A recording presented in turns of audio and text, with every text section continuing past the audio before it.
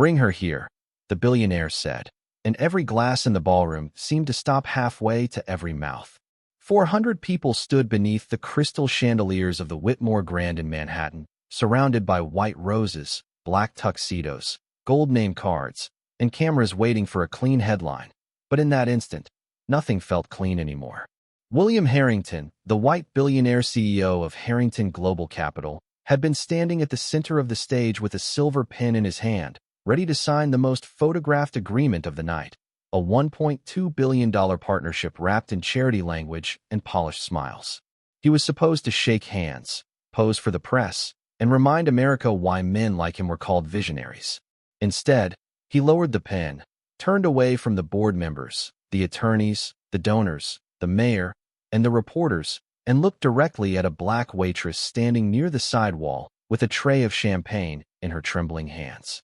Her name was Maya Johnson, though almost nobody in that room had bothered to read the small brass tag pinned to her uniform. To most of them, she had been part of the service, part of the background, part of the invisible machinery that kept the rich comfortable without asking them to notice who made comfort possible. But William noticed her now. Everyone did. The string quartet softened by accident, one violin fading into the silence like it had lost the courage to continue. A photographer forgot to take the picture. A senator's wife lowered her glass. A young analyst near the front whispered, "What did she do?" As if a waitress could only be called forward for a mistake. Maya did not move at first. She stood beside a marble column, shoulders straight, white serving towel folded across one wrist, her dark eyes fixed on the stage. Just seconds earlier, she had bent down to steady a glass someone nearly knocked from a cocktail table. Just seconds earlier, a woman in diamonds had told her not to hover near important conversations. Just seconds earlier, nobody cared whether Maya breathed, blinked, or disappeared through the kitchen doors. Now the most powerful man in the building had spoken her into the center of the room. Preston Cole, Harrington's lead attorney, stepped toward William with a tight smile, the kind men use when panic is wearing expensive cufflinks. "Mr. Harrington, this really isn't necessary," he said softly, but the microphone caught enough of it for the front rows to hear. William did not look at him. "I said bring her here." There was no anger in his voice. That made it worse. It was calm, cold, final. Maya felt every eye turned toward her, not with kindness, not yet, but with that sharp curiosity people reserve for someone they have underestimated and may soon have to respect. Her shoes made almost no sound against the polished floor as she stepped forward. The tray in her hands reflected the chandelier light, tiny circles of gold trembling across the champagne. She could feel the heat of the room, the weight of the cameras, the silent judgment of people who had never carried rent money in cash, never counted pills for a sick mother, never worked a double shift, and still gone home to study accounting. Until 2 a.m. William watched her approach as if he were watching the answer to a question he had not known how to ask. And somewhere behind him, on the signing table, the contract waited with its perfect pages, its hidden trap, and its beautiful lie. 40 minutes earlier, the Whitmore Grand looked less like a hotel and more like a cathedral built for money. The ballroom rose 3 stories high, with crystal chandeliers pouring warm light over marble floors so polished they reflected every gown, every tuxedo, every practiced smile. Beyond the floor-to-ceiling windows, Manhattan glittered in the winter dark, towers standing like silent witnesses while black cars lined the curb below and security guards held velvet ropes against the cold. Inside, the air smelled of white roses, expensive cologne, roasted sea bass, and champagne that cost more than Maya Johnson made in a week. This was the Harrington Global Foundation Gala, an annual event where billionaires applauded themselves for generosity while cameras captured every handshake. At the center of it all was William Harrington, the white billionaire founder and chief executive officer of Harrington Global Capital. He moved through the room with the calm certainty of a man who had never wondered whether a door would open for him. People leaned toward him before he spoke. They laughed before his jokes landed. They made space before he needed it. His black tuxedo fit like it had been designed around authority itself, and the silver at his temples gave him the look of a man magazines called disciplined instead of cold. Tonight, William was not only hosting a charity gala. He was preparing to announce a $1.2 billion partnership with Veyron Atlantic, a private equity group promising to expand its foundation programs into 5 major cities. Scholarships, housing grants, community health clinics, all wrapped in beautiful language and printed across glossy programs resting on every table. Reporters loved it. Donors loved it. Williams' board loved it most of all because charity, in the right lighting, could look a lot like power. Maya Johnson entered the ballroom through the service corridor at 6:15, 15 minutes before guests arrived. She wore a pressed black uniform, comfortable shoes, small silver studs in her ears, and a name tag most people would not read. Her hair was pulled back neatly, her posture straight, her face calm in the way working women learn to be calm when rent is due and life does not care how tired they are. She had already worked a morning shift at a coffee shop near Queensboro Plaza, taken the subway across town, changed in a locker room that smelled faintly of bleach and hairspray, and texted her mother to remind her about the evening medicine. Then Maya tied her apron and stepped into a room where a single centerpiece cost nearly as much as her monthly grocery bill. She did not envy the people there. Envy took energy she could not afford. She watched them instead. She watched who shook hands too long, who smiled with their mouth but not their eyes, who glanced at the staff as if service workers were furniture that breathed. That had always been Maya's gift. She noticed patterns, numbers, tones, pauses, lies hidden inside polite sentences. Long before anyone in that ballroom saw her, Maya was already reading the room. Maya Johnson had learned early that invisibility could be a punishment or a strategy, depending on who was using it. At 27, she carried herself with the quiet discipline of someone who had been forced to grow up without applause. Her apartment in Queens was small enough that the kitchen table also served as her desk, her folding station, and sometimes her place to sleep when her mother's coughing kept her near the bedroom door. Her mother, Denise Johnson, had spent 30 years as a public school secretary, remembering every child's name, every late parent, every teacher who forgot kindness under stress. Now kidney disease had made her days smaller, measured by pill bottles, clinic visits, and the soft hum of a machine beside the bed. Maya never complained about it. She simply adjusted. Morning shifts, evening shifts, online classes after midnight. Financial statements spread across the table beside grocery coupons. She was studying forensic accounting through a remote program because numbers, unlike people, did not pretend. Numbers either matched or they did not. A missing decimal had a reason. A strange clause had a motive. A repeated phrase was never just repeated by accident. 2 years earlier, Maya had believed that skill might be enough to change her life. She had applied for an internship at Harrington Global Capital with a resume she built between double shifts and hospital waiting rooms. Her grades were excellent. Her case study on hidden voting rights inside merger agreements had won a small statewide student award. She even bought a navy blazer from a thrift store and pressed it until the sleeves looked new.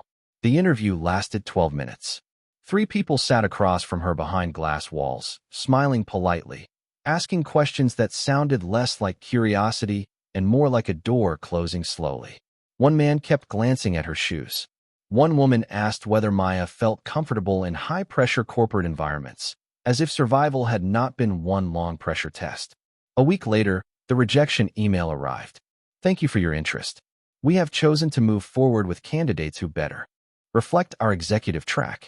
Maya read it twice, then once more, not because she did not understand, but because she understood too well. Months later, a friend who worked in human resources told her the note attached to her file. Not executive material. 3 words. Clean. Professional. Cruel without raising their voice. Maya did not post about it. She did not beg. She printed the email, folded it once, and tucked it inside her accounting textbook like a receipt from a world that owed her change. So when she walked through the Whitmore Grand carrying champagne for people who discussed opportunity under chandeliers, she did not feel small. She felt awake. Every table taught her something. Every careless comment revealed a structure. Every powerful person in that room thought they were being served, but Maya was studying them. And by the time Preston Cole first placed the partnership binder on the signing table, she had already noticed that the men protecting William Harrington were watching the contract more closely than they were watching him. The first insult of the night did not arrive like thunder. It arrived dressed as a joke, soft enough for the guilty to deny and sharp enough for Maya to feel. She was refilling sparkling water at the platinum donor table when Claire Whitman, Harrington, Global Capital's communications director, lifted 2 fingers without turning her head. Sweetheart, the champagne goes on the left. We are not at a barbecue.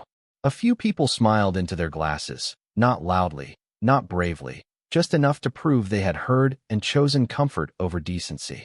Maya moved the glass 1 inch to the left and said, "Of course." Her voice stayed even. Her hand stayed steady. That was the first rule of rooms like this. Never give arrogance the satisfaction of watching you bleed from a paper cut. Preston Cole sat beside Claire, tall, smooth, and polished in a midnight blue tuxedo, the kind of attorney who spoke slowly because he charged by the silence between words. His leather binder rested near his elbow, locked with a gold clasp, while a tablet beside it displayed slides from the Veyron Atlantic Partnership. Preston had spent most of the evening leaning toward William Harrington, speaking in low, confident bursts, guiding him from donor to donor, steering him away from questions that lingered too long. He looked loyal. That was what made him dangerous. Loyalty, when performed well, could pass for truth. Maya noticed the way Preston's smile changed whenever William looked away. She noticed how Claire kept checking her phone beneath the tablecloth. She noticed a man from Veyron Atlantic, Graham Levitt, tap his wedding ring 3 times against his water glass whenever Preston mentioned final signatures. Patterns. People thought secrets lived in locked folders, but most secrets lived in habits. Maya was clearing a small plate of untouched crab cakes when Preston glanced at her and sighed. "Could we get a little space around the documents, please?" he said, loud enough for the table to hear. "Some of this is above the pay grade of the beverage service." The words landed neatly. No raised voice. No open cruelty. Just a velvet rope pulled across a human being. Maya felt the heat climb behind her eyes, but she lowered her chin and stepped back. William, standing a few feet away with the mayor, did not hear it. Or maybe he heard the rhythm of disrespect without catching the words. Either way, he did not turn around. That was how power failed most often, not by shouting the wrong thing, but by failing to hear what was said in its name. Claire leaned closer to Preston and murmured, "She keeps hovering." Preston smiled without looking up from the tablet. People love being near important things. Maya carried the empty plate toward the service station, but her mind stayed at that table. Important things. The phrase followed her through the music, past the white roses, past the donors laughing beneath the chandeliers. Then she saw Preston unlock the binder and slide 1 page halfway out, just for Graham Levitt to review. It was only visible for 3 seconds. 3 seconds were enough. Maya caught the heading, the subclause number, and one phrase that made the room seem colder than before. Irrevocable voting proxy upon liquidity event. Her steps slowed. Her stomach tightened. Because that was not charity language. That was not expansion language. That was control language wearing a tuxedo. Maya had seen that phrase before, not in a ballroom, not beside champagne, not under the glow of chandeliers, but at her kitchen table in Queens while her mother slept down the hall and the city buses sighed beneath her window. Irrevocable voting proxy upon liquidity event. The words looked harmless to anyone who skimmed them. They sounded like lawyer language, dry enough to put a donor to sleep, technical enough to make most executives nod instead of question. But Maya knew better. A voting proxy was not just paperwork. It was a hand placed quietly over the mouth of ownership.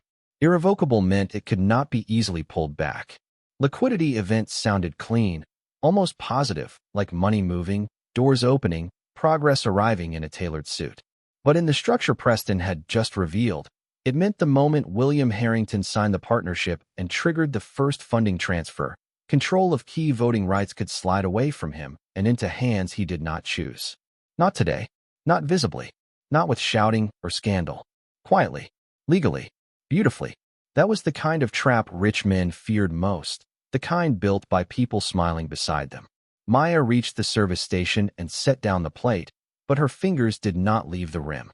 Her breathing stayed calm because years of customer service had trained her face to lie when her pulse could not.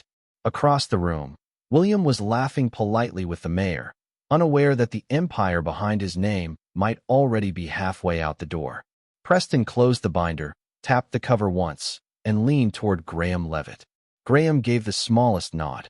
Claire saw it and checked her phone again. Then a message lit her screen for half a second as Maya passed behind her with a fresh tray. All she caught were 4 words, but 4 words were enough. Finish before he hesitates. Maya stopped so suddenly that the champagne flutes trembled. Claire turned, eyes narrowing. Is there a problem? She asked.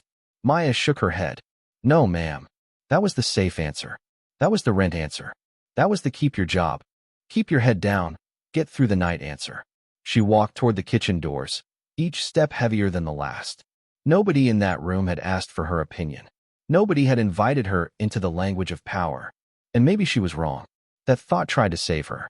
Maybe there was another clause later in the document. Maybe William knew. Maybe his legal team had negotiated around it.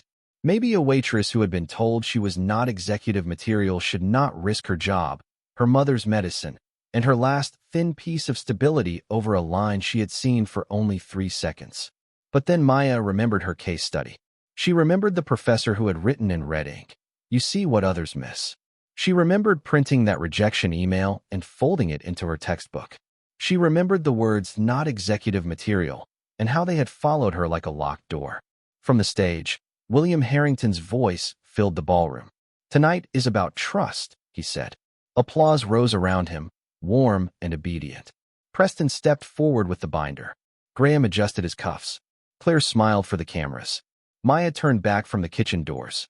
Trust, she thought, watching the contract move toward the signing table. No, this was not trust. This was a theft dressed as ceremony. The applause rolled across the ballroom like a wave trained to obey money. William Harrington stood beneath the center chandelier, one hand resting near the open binder, the other holding the silver pin that had been photographed by 3 business magazines before it ever touched paper. Behind him, the foundation logo glowed across the stage in white and gold. Beside him, Preston Cole smiled with the smooth relief of a man watching a door close exactly as planned. Maya moved through the side aisle with a fresh tray because her body still knew the job, even while her mind was screaming at her to stop. Her shoes crossed the marble floor without sound. Her eyes stayed on the binder. The contract was open now. Not the summary. Not the public version. The real document. The page Preston had tried to keep covered sat beneath William's hand, waiting for ink. Graham Levitt stood at William's right shoulder, his expression polished, his palms folded, his gaze fixed not on the cameras but on the pen. Claire Whitman lifted her chin toward the press line, already shaping the moment for tomorrow morning's headlines. Partnership. Hope. Expansion. Legacy. Words like silk draped over a machine with sharp teeth. Maya reached the front row just as a guest waved for another drink. She did not see the man's face. She only saw William lean forward, the silver pen lowered. Something inside her tightened so sharply it felt like every unpaid bill, every rejection, every midnight class, every clinic waiting room had become one single breath trapped in her chest. She thought of her mother, asleep in Queens, trusting her to make careful choices. She thought of the supervisor near the kitchen who had already warned the staff that mistakes at a gala like this could cost people shifts for months. She thought of the rejection note folded inside her textbook. Not executive material. Maybe this was what they meant. Maybe executive material was the ability to watch a disaster happen politely because no one had handed you permission to speak. Preston's eyes flicked toward her. He noticed she had stopped. His smile thinned.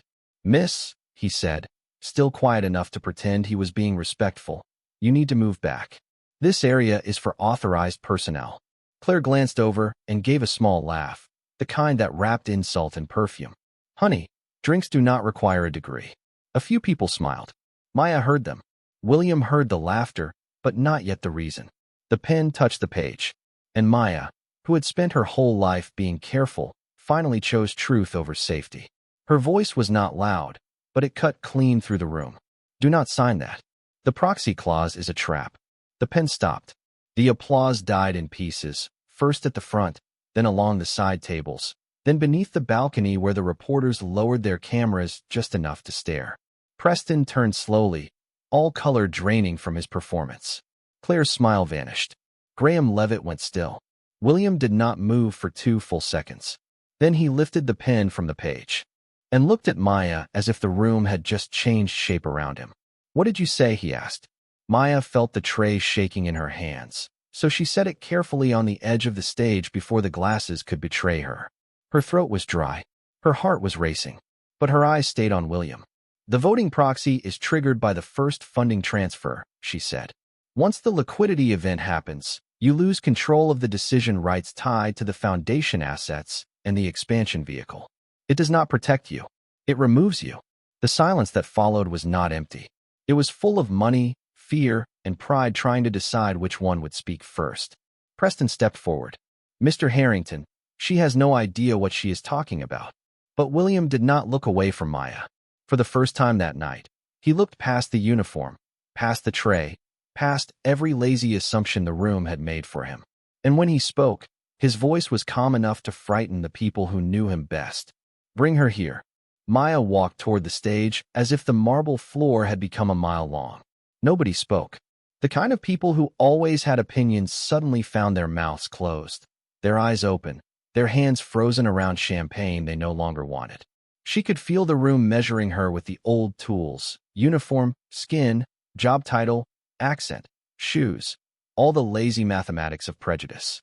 But she kept walking. William Harrington stepped away from the signing table and gave her space, a small movement that somehow shifted the gravity of the entire gala. Preston Cole moved faster. He placed himself halfway between Maya and the binder, smiling at William with panic hidden under polish. "This is inappropriate," he said. "She is part of the catering staff. We cannot let a server interpret a billion-dollar legal instrument in front of donors and media." William turned his head slowly, then explained the clause. Preston blinked once. "We have already reviewed it." That was not an explanation. The room tightened. Graham Levitt looked toward the side exit, then back at the cameras, realizing both were dangerous now. Claire Whitman held her phone against her palm, so tightly her knuckles faded. Maya reached the stage steps and stopped, not because she was afraid, but because for one breath she saw herself from above, a black waitress in a pressed uniform, standing below a white billionaire in a ballroom built to remind people like her where the edges were. Then William did something no one expected. He lifted the microphone from its stand and lowered it toward her. "Tell me what you saw." Maya took the microphone. Her hand shook once. Only once. "The public summary says Veyron Atlantic is providing expansion capital for the foundation's housing and clinic programs," she said, her voice carrying across the ballroom, clear enough to reach the balcony. "That sounds generous. But the operating agreement inside the binder changes the control structure after the first funding transfer. It calls that transfer a liquidity event. Once that event occurs, the voting proxy becomes irrevocable. That means the voting rights tied to the expansion vehicle move away from Mr. Harrington and toward a committee controlled by Veyron Atlantic nominees." A murmur moved through the room, low and nervous. William looked down at the open page. Preston tried to laugh, but the sound came out thin. "That is a very dramatic misunderstanding." Maya turned one page carefully, not touching anything she did not need to touch. "No, sir. Section 8.4 connects the proxy to the transfer. Section 9.2 limits removal rights. Section 11.1 lets the committee approve asset repositioning without unanimous founder consent. In plain English, once he signs and the first dollar moves, he keeps his name on the project, but he loses the power to stop the assets from being redirected." The silence changed. It was no longer curiosity. It was recognition. A reporter near the aisle raised her camera again. A board member stood from his chair. William's jaw tightened, not with embarrassment, but with the cold focus of a man watching a bridge burn before he stepped onto it. "Preston," he said, "is she wrong?" Preston opened his mouth. Nothing useful came out. Graham Levitt adjusted his cuffs again, but this time everyone saw it. Maya looked at William and spoke softer, which somehow made it hit harder. "This was not written to expand your mission. It was written to borrow your reputation, capture your voting rights, and use your foundation as a doorway." The chandelier light trembled across the champagne glasses below, and for the first time all night, the room did not belong to the richest man in it. It belonged to the woman they had told to stand back. William Harrington did not ask the room to calm down. He did not need to. The moment he closed the binder with one hand, the sound cracked through the ballroom louder than applause ever could. Preston Cole flinched as if the leather cover had struck his reputation instead of the table. William looked at him, then at Graham Levitt, then at Claire Whitman, and the expression on his face was not rage. Rage would have been easier for them. Rage burns fast. This was colder. This was calculation finding its spine. No one signs anything, Williams said. The microphones carried every word. Somewhere near the press line, camera shutters began clicking again, faster now. Hungry for the moment, the polish ceremony became something no public relations team could polish. Preston stepped forward, palms open. William, we should take this conversation private. That was the wrong thing to say. Every guilty person in America eventually asks for privacy when truth enters the room. William turned to the head of security near the side wall. Keep the documents here. No one from Veyron Atlantic leaves with a phone, laptop, or file until my independent counsel arrives. Graham's face tightened. You are making a serious mistake. Maya looked at him then, really looked, and saw the fear behind the expensive calm. It was not the fear of a man being misunderstood. It was the fear of a man being seen. William followed her eyes and understood. For all his wealth, all his instinct, all his carefully built command, he had nearly been escorted into a trap by men who smiled beside him and women who shaped his headlines. He had mistaken confidence for competence. He had mistaken polish for loyalty. Worst of all, he had mistaken silence for safety. Miss Johnson, he said, turning back to Maya, and the room shifted again because he used her name. Not girl, not sweetheart, not server. Her name. How did you know? Maya handed the microphone back, but William shook his head. Please, let them hear it. She held it again, her fingers steadier now. I studied forensic accounting, she said. Mergers, voting structures, nonprofit asset transfers, shell control risks. I am still studying. A board member near the front frowned in confusion. Still studying where? Maya looked out at the room, then back at William. There are moments when truth does not arrive as a dramatic speech. Sometimes it arrives like a receipt placed gently on a table. Online at night, she said. After work. William's eyes narrowed, not in doubt, but in recognition of something he should have seen sooner. You said section numbers from memory. Maya gave a small nod. I remember patterns. Claire let out a brittle laugh, trying to rescue the hierarchy. That is impressive, but let us not pretend this is a credentialed legal review. Maya did not look at her. She looked at William. Credentials do not matter if nobody reads what they are signing. The ballroom went quiet again, but this time the silence did not belong to shock. It belonged to shame. William stepped closer to the edge of the stage. Have you ever applied to Harrington Global Capital? Maya's face changed by almost nothing, but something in her eyes closed before opening again. Yes. Preston's head turned sharply. Claire stopped breathing for half a second. William noticed both. When, he asked. 2 years ago. Summer internship program. Risk analysis track. William looked toward Preston. Who reviewed those candidates? Preston swallowed. Human resources handled preliminary screening. Maya's voice remained calm. The final note on my file said not executive material. No one moved. The words floated under the chandeliers, clean and professional and uglier than any insult shouted across a room. William looked at Maya's waitress uniform, then at the binder she had just understood better than his own attorney, then out at the donors who had watched her be dismissed all night.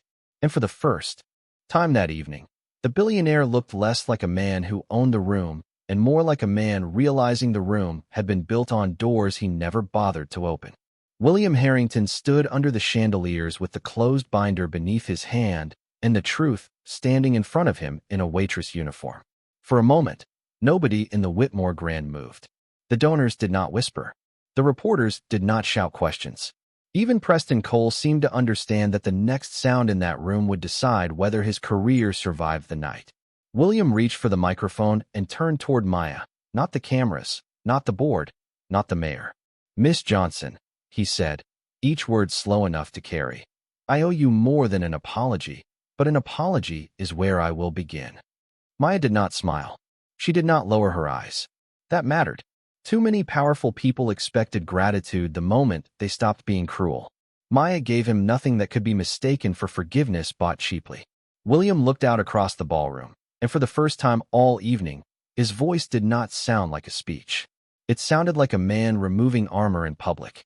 This company rejected her 2 years ago because someone decided she did not look like leadership.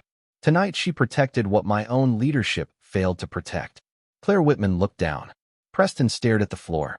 Graham Levitt's polished calm had dissolved into something small and cornered. William turned to security.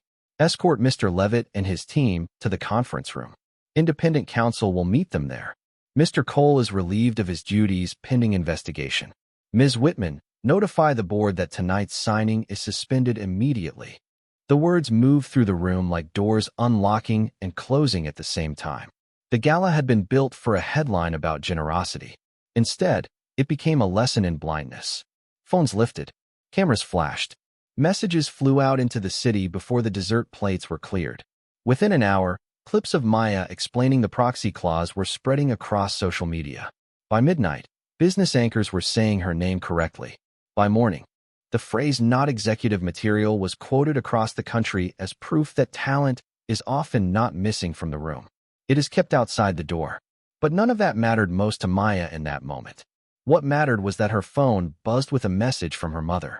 "I saw you, baby. I am proud of you." Maya read it once and pressed the phone against her chest. William stepped down from the stage and approached her without cameras this time, or at least without performing for them.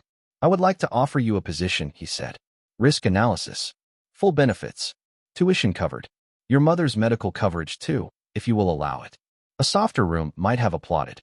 This room knew better now. Maya looked at him for a long second. "I do not need charity," she said. "I need a door that does not close before I speak."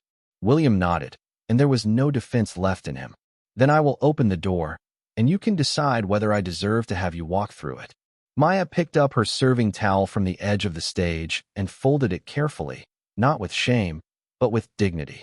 She had entered that ballroom carrying drinks for people who would not see her. She left it carrying something heavier and brighter than any silver tray. Proof, not just of her intelligence, not just of their mistake, but of a truth money had tried all night to ignore. Power can own the room, but it cannot own worth. And sometimes the person standing quietly at the edge is the only one brave enough to save everyone at the center.